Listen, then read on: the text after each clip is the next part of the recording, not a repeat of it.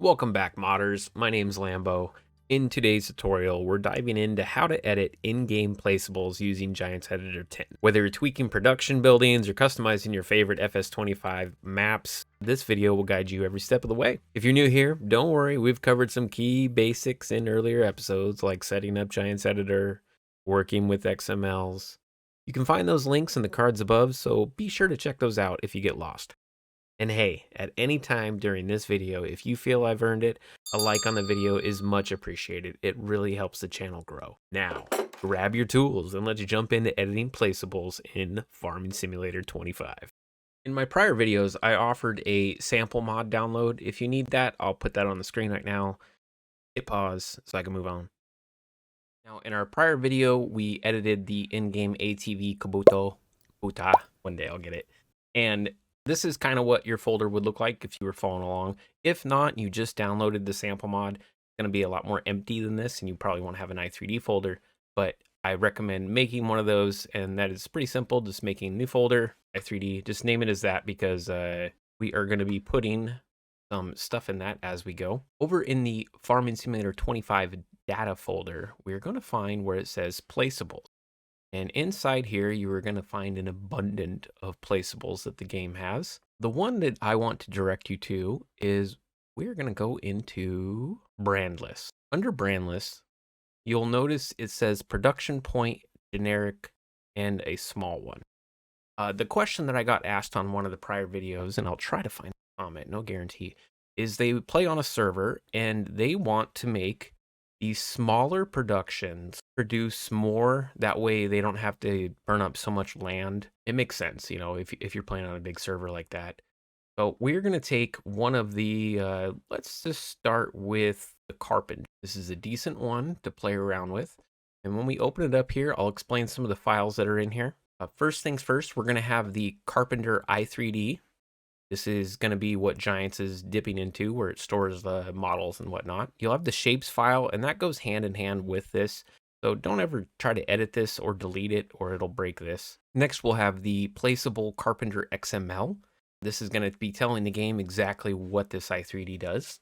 And it has some textures and whatnot in here, so this i3D can dip right into it. If you want to like change the color and stuff like that on it, you totally could by editing this DDS and saving it in a new mod like we will do. And then it also has some Carpenter props. Now this is actually called in. It's extra i3Ds that is called in via the XML. And we will cover that. So first things first, I would just want you to copy the Carpenter XML, and we're going to paste that into our own XML folder. We're going to copy that name there. So I just click on rename, copy it. And from there, we want to open up our mod disk next. So we can direct the game to open up the XML that is in this XML folder. Now, I haven't gotten too creative with the naming and the tagging and all that for these tutorial videos, but you can go through and fill in that information. What we're going to do is make a copy of the store item here. And if you're just now downloading this, you won't have to make a copy. You'll just have one there. But if you're following along from prior tutorials, we're going to paste that name of the Carpenter inside of there. So it's reading in the folder XML and it's looking for the XML file named carpenter.xml. And just to verify, this is going to be 90% of your problem if something isn't working, is it can't find it. So double checking, it's in a lowercase XML. Let's make sure, lowercase XML, good. So now we should be okay to open this. I'm just going to drag it on top of my Notepad++ here. And in the future, I will be covering the new Giants Studio that Giants Software had commented on one of the videos saying that I should try it out. So I'll download that over the next few days, check it out, and give you guys a full review / tutorial if I understand it. I also want to remind you to double check that you are working out of the proper XML. You don't want to be editing in-game stuff. And I can tell this in Notepad++ by looking up the top here. And I can see that I'm digging in my mod, sample mod in-game XML Carpenter. I'm working on mine and not the in-game one, which would look very similar to this, where we see brand lists, production points. If you're editing this, you're gonna cause errors in your game. So that being said, let's start editing our placeable. I will go through and explain the store data first here. This is gonna be your name. If you want to change this, just delete this whole thing. What it's doing, it's reaching into a little treasure chest of different languages. So if somebody in Japan downloads this, next up, we have our functions. Once again, you can delete this and put in whatever you want. It has some L10 tags that it reaches in the game and gives you a generic readout image. This is going to be the store image because we're not changing very much. We're just going to let it look into the game files. That's what the $data S means. If we were to copy our own in here, which, you know what? Let's just do that. We're going to cut this half right here. We're going to put in the word store, not store number that. We're going to put in that word. As of right now, this would cause an error. It would work up to this point, as long as we saved our mod disk. So let's fix it really quick by opening up the Carpenter, and we're going to open up this other one again. But the problem is we don't have a store folder. So let's go through, make a store folder, ensuring that it is the proper lowercase or uppercase. The thing is that they have to match, and it's best to just do lowercase most of the time so you don't mix stuff up. Now that we have a store file, we're just going to copy this store Carpenter. We're going to copy the whole file. We're going to paste it in here. Make sure we have that name. Okay, with that being said, now this is 100% error-free. Let's go down and try to break it again. Here you can change the price of it if you want to make it cheaper. I don't know what the lifetime effects on Placeables because they don't ever like break down and wear. This might be an effect that matters. I'm not sure. If you're in the comments and know, I would love an explanation for that.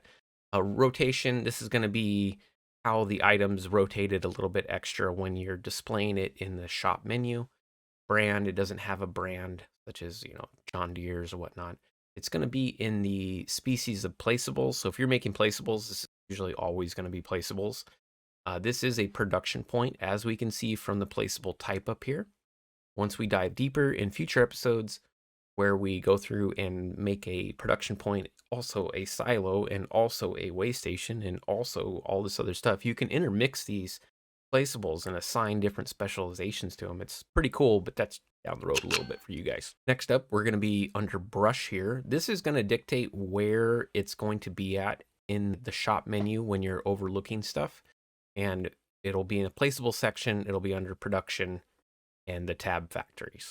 And this will change if it's a shed or a light. All you got to do is open one of the in-game Placeables inside of your data folder, and you can kind of look and see similar code. Next, we're going to get into the base tag. The base tag has a few different attributes, but the most important one is going to be the file name. And we can see that it's currently reaching into the data folder to grab the Placeable that we're currently looking at. And what we want to do is we want to be able to make changes to the Placeable. Maybe we want to install another fill type location, such as drop off pallets at it. What I really want to do is be able to sell wood chips and make particle board. Okay, instead of making normal boards, instead of making normal boards out of wood, I want the option also to make it out of wood chips. So my poplar has some purpose in life. So in order to do that, we are going to just highlight all of this. And we're going to put i3D in here. We're going to have that name copied again. We're going to hit save on this. And now this will cause an error again because we currently do not have a i3D that says Carpenter inside of this i3D folder. So what we're going to do is we're going to open up this carpenter.i3D. And if you did not know, there is a new update out already for Giants Editor at 10.02. I would get that and use it because it took forever.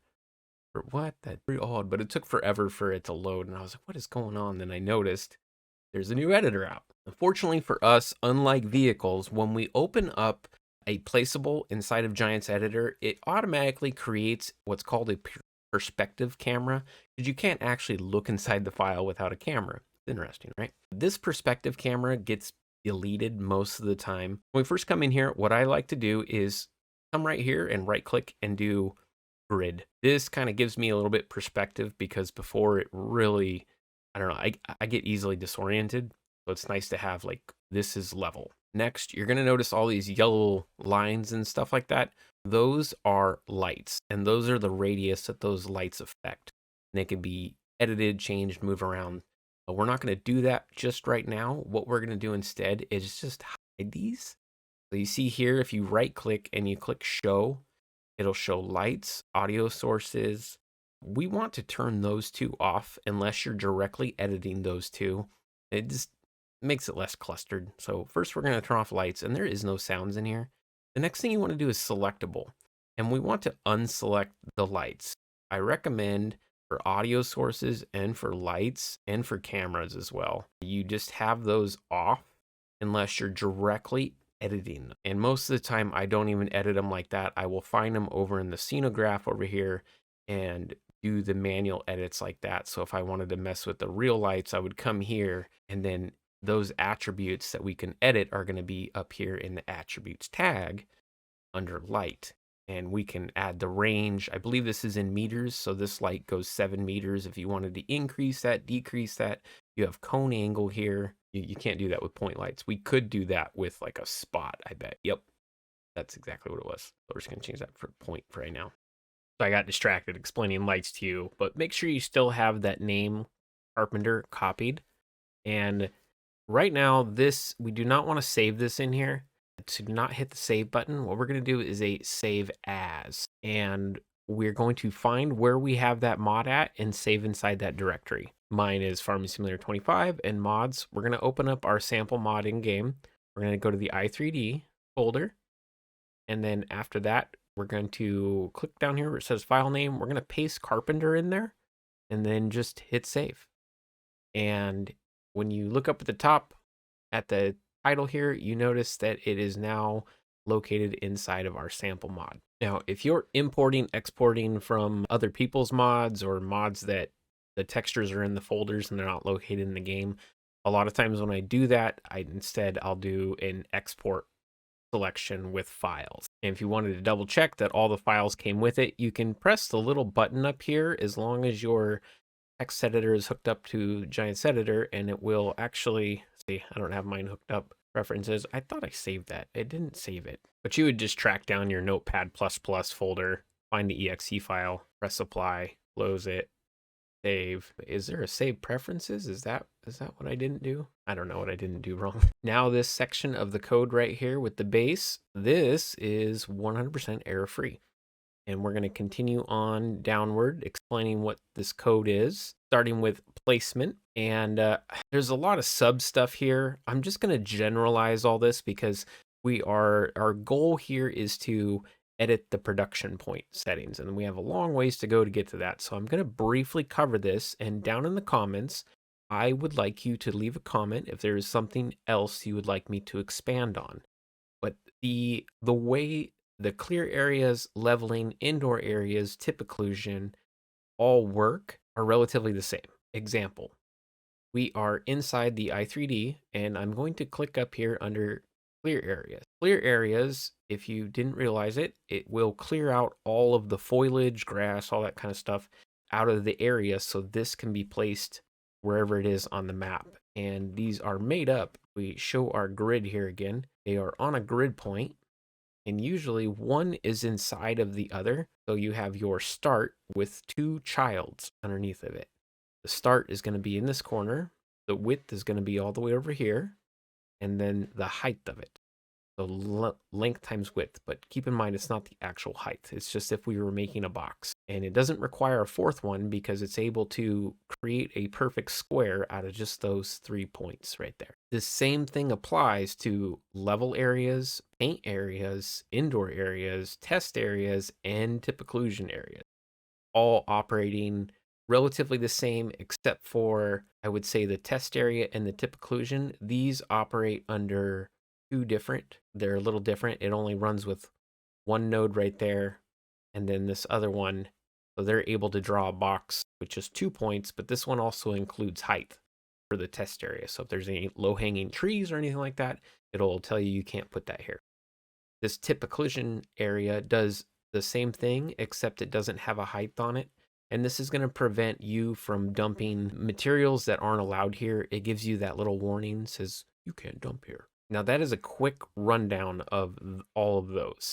I'm not going to cover the AI update area because you can just copy and paste. It's relatively the same. Could be a little bit different. Don't know 100% on that one.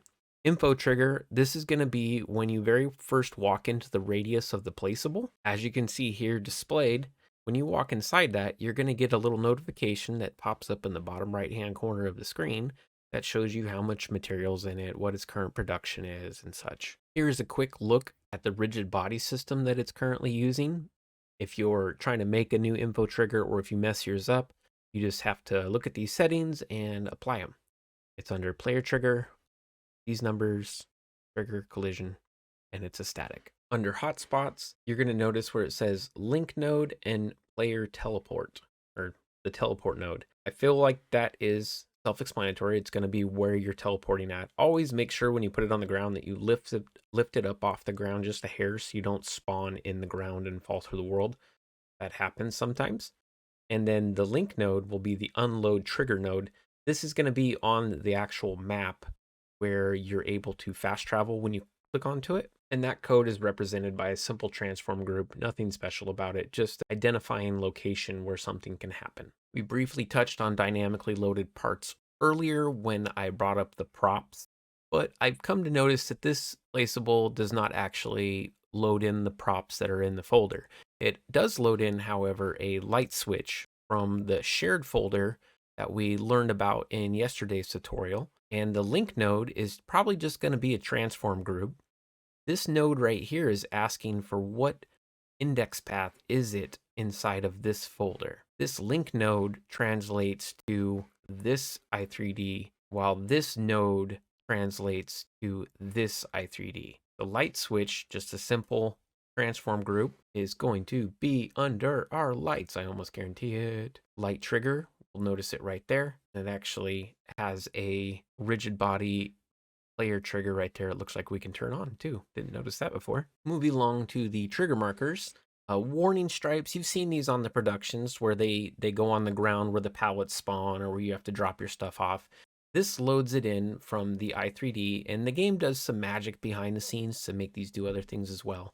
So if you want your mods to have the awesome warning stripes, you need to try to replicate and use everything that the in-game stuff already uses, such as its i3Ds and whatnot. For the unload markers, this is going to work very similar to how dynamic loaded parts work. It's going to load it at the unload trigger marker. So this is a transform group inside of our production point we have. And then we're going to make it adjust to the ground. So no matter where you put it in the sky, it'll fall to the ground. When I was making my water world map, I had issues because most of the map is underwater. So the triggers would be in the water. I had to set this to false. That way it would stay where I wanted it, and that is loaded in through a file name using its own i3D. And there is several of these, so maybe open up a couple different productions and you'll get different icons that you can use. Shared lights are interesting. We covered the shared folder in our prior video. Inside of there is a bunch of different lights that you can use, and it works almost identical to dynamically loaded parts. You have a file name that looks for the XML in this case, because this XML has a bunch of information to operate and tell the game exactly what this light does. These are all preset, so they work really nice. Your link node is going to translate to inside of your actual i3D here. So if we went right here to linked lights, we'll see light node 1, light node 2, and it would spawn right there. The real lights, this might be confusing. These don't actually light up the world at all.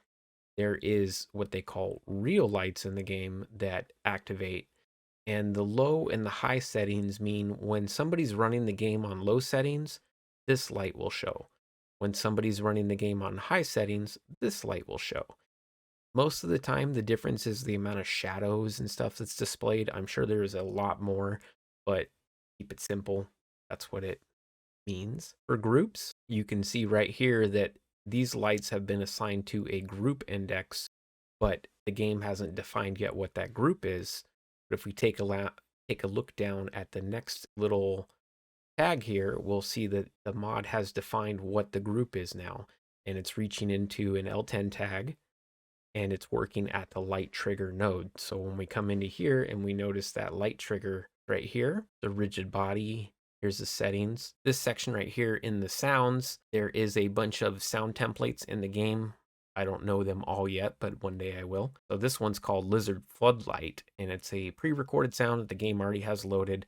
and you are basically just setting up the parameters of what that light switch sounds like, how far it can be heard, and the volume of it. Getting into the goods actual production point code. I hope you get a firm grasp of everything that we covered above this, because it will be relatively the same except for a few things such as the brush in every other placeable. So let's cover just one of these productions here and explain what all this means. I bet it's kind of overwhelming. And I'm going to let you know what you can kind of get rid of, and we'll make one too. So production ID, this very first little section right here, this can be whatever it is you want. If we wanted to rename this to wood, you could totally do that. Maybe do something like that, wood 01. It wouldn't hurt anything as long as it has an ID. This name section here, this looks super confusing, and I don't 100% know how to use the parameters, but I do know that if you're going to change this, and you're not installing your L10 tags, which like what most of you are going to do, we don't actually need this. It is nice, but for the sake of tutorial, I'm going to show you that it'll still work, and what you could do if it's, you're not uploading to Giants and doing that whole thing, if this is just for personal use. Put the name in here of just call it wood or wood only. That way we can tell the difference. The cycles per hour, this is going to be in-game hour. So it's saying here it's going to run 5 cycles. So it's going to use up 5, each cycle is 1 unit. So it's going to use up 5 units. And then it would, whatever 1.7 is, ding, ding, ding, ding, 8.5. And each time those cycles are ran, it's going to cost per active hour. So $3. It's going to cost you $3 every time it runs a cycle. So technically that would be $15 per hour to run this production. Now, from this tag to this tag, this is one production. There is multiple productions in this placeable. The next one would be furniture boards. We're not going to mess around with that since it's all the same information, but you can see that each one of these productions are open and closed by these production tabs. And these production tabs are located in the productions tab. Hopefully this is making sense to you. It is a child of productions. And which is crazy, because if you go down even further, you have a production point tag. And all these, I'm going to zoom out and you probably won't be able to see my screen very good for a second, but they have a closing and an end tag for all of that. And as we go down the line here, it slowly just kind of compounds in. So all the productions are in here. You have your storage, your selling station, pallet storage. You have your player trigger, your sounds, and then inside all that is the production. Let's zoom back in so you can see the screen a little bit more. I hope that makes sense to you how this structure is.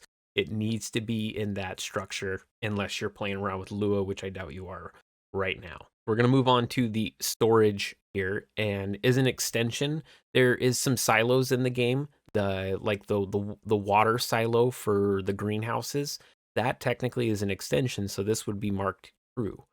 This is not an extension, this is an actual production. We could make an extension for it, that'd be neat. The fill level sync threshold, if you leave this, I don't remember 100% on this guy, I would just say find a placeable. I know it has to do with what it's gonna, like, if you activated all of these, how much of each one it would do. Don't quote me on that. I'm really judging whether or not to leave this in the tutorial. I just want to leave it hanging. That's what I know about it so far. I don't know everything, guys. Now, the capacities, any product that is in use in any of the productions, such as furniture, boards, planks, have to be in the storage as well. And it has to have the fill type name and also the capacity that it can hold. Now, this is the first little editing that we want to do. And the complaint was it's not fast enough and it doesn't hold enough. So what we're going to do is I'm right here, and I have a little cheat code that I use. I hold Alt before I click, and then I click with my left mouse button, and I can drag all the way down to these different lines and then just tap 0, and we instantly just boosted the amount that this can hold.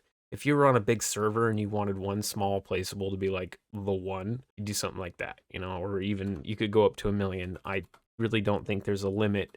There might be, but now coming back up to our production, we edited it up here. These guys want more per hour, essentially what they're saying. A smart person could look inside of a pallet and see how many units are actually in a pallet of furniture. Let's say 1,000. And we were making a pallet an hour, something like that. Or you could just make it instantaneously. You know, if you jack this up to 50 cycles per hour, you know, it's going to charge you a whole bunch, but it will make that 8.5 times 50. I don't even think that is, so estimate 50 cycles per hour, I think is 425. That's about a half a pallet an hour. That might be enough boost for you, might not be. When you're playing in game and you're bringing your product to the production and you have a little selling area, usually marked with a trigger, this is that code section, relatively small, but super important if you want to be able to sell stuff. It is dictated by this selling station node. If we look in the scenograph over to our left, we'll see this node called selling station. That is what we're looking for. Inside of that is going to be a pallet trigger, an unload trigger marker, and a unload trigger AI if you're sending AI to come here. Now, this trigger is a box that you walk into. It also has properties up here under the rigid body that look like that.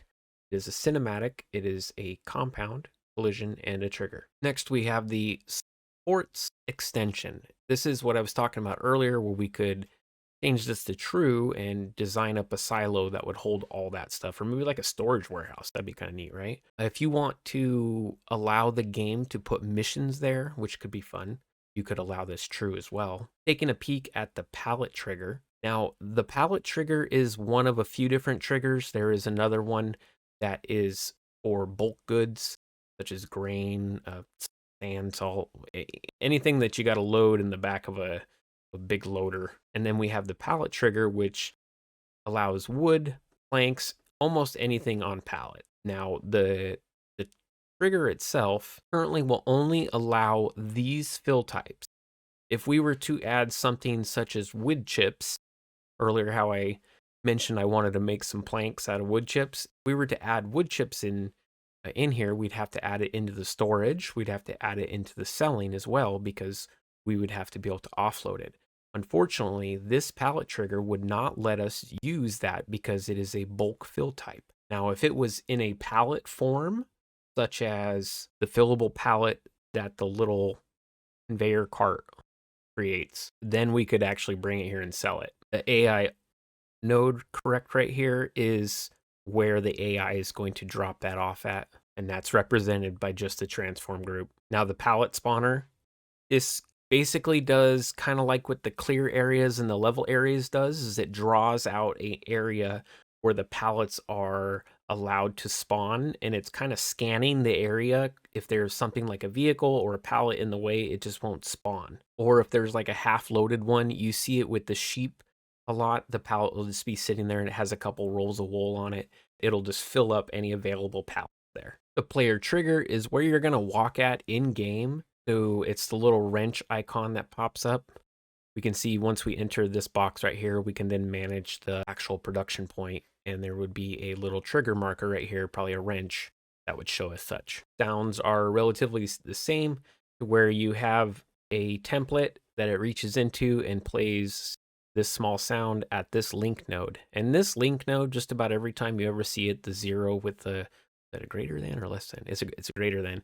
Whenever you see that, that is usually going to be, we close this up here, most mods, its main index path will be 0 greater than. That is its origin point. I know many of you would really love me to go over animated objects because I've made a lot of them in my lifetime doing this, but not this episode. If you do want to see that, you know what to do. Like, comment, let me know you made it this far, because these videos, I tell you what, they are long, and I'm sorry, and I edit the crap out of them, but they still end up long. There's just a lot of information to get out, and I'm trying to do that for you guys, so hopefully you enjoy it. At the very bottom of this, it's just the i3D mappings. i3D mappings, This is just an assigned name. If we wanted to change this to 4, 5, 6 instead of 1, right, whatever it is, this really wouldn't matter as long as we changed it elsewhere. So that leveling code would be up here. So if we change that to 3 or 4, these are just names that are assigned that can change as long as they match up. It's like a fast way of putting it. And these index paths correlate with the i3D. That's kind of basic, but I covered this in prior videos just so you remember. And that's the end of the i3D. That is the end of it. You should be able to hit save after whatever changes you wanted to make. Try this out on at least one of them, right? Don't make any other changes. Just copy the i3D. You don't even really, if you don't plan on making any edits to the i3D and you just want to increase it, you don't even have to copy the i3D over.